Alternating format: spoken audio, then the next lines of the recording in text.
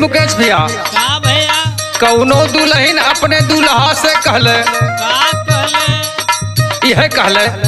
बाबा नहीं हरवा चली जाई नहीं हरवा चली जाई ऐसा जैसा तैबा नहीं हरवा चली जाई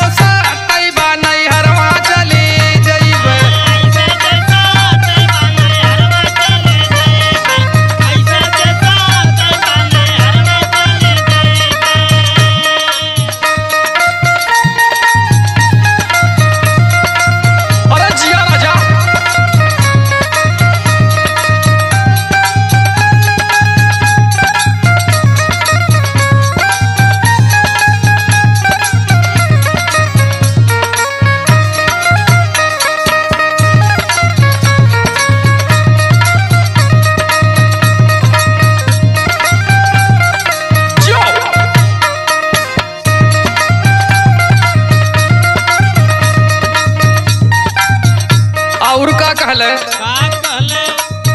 ए आवे के कह के नहीं अइला सजनवा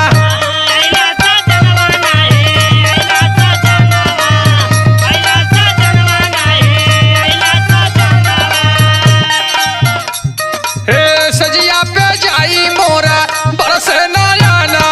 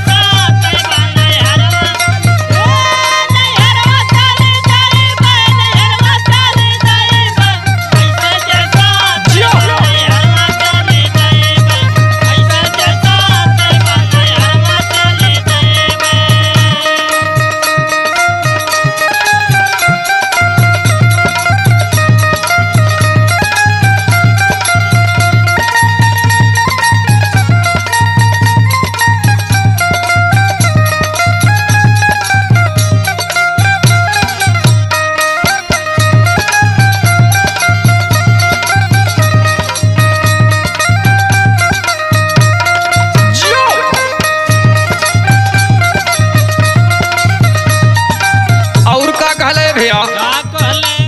हे राजू देवरवा से फोनवा लगावाली